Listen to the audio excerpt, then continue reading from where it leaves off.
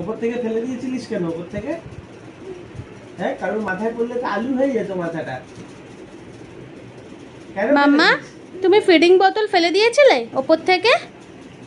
হ্যাঁ কি না?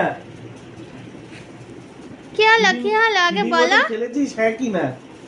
আই মুনা তুই ফেলেছিস মা? কান ধর, কান ধর, অন্যায় করেছিস, কান ধর, ওই কানও ধর। বল আর করবো না, ক্ষমা করে দাও, আর খেলবো না জলে।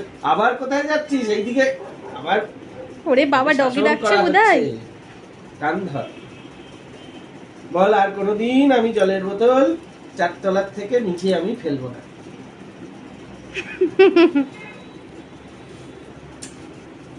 মাম্মা আবার ও নিচে নামছে। মাম্মা উঠে বসো। ও মাম্মা আবার আংটি নিয়ে আয়, পাপার আংটিটা পাপার হাতে দিয়ে দাও দেখি। দে। নিয়ে দাও পা দিয়ে পাড়াতে বলেনি। মাম্মা, হাতে করে নিয়ে পাপার হাতে দাও তো মাম্মা, আংটিটা দিয়ে দাও মা, দিয়ে দাও দিয়ে দে। পাপার হাতে দিয়ে দাও। কিছুই করছিস না যে। আমার আংটিটা নিয়ে আয়। আচ্ছা আমাকে একটা কিসি করে দে, আমাকে একটা কিসি করে দে না, দে না কিসি করে, দে না। এটা কি দুল?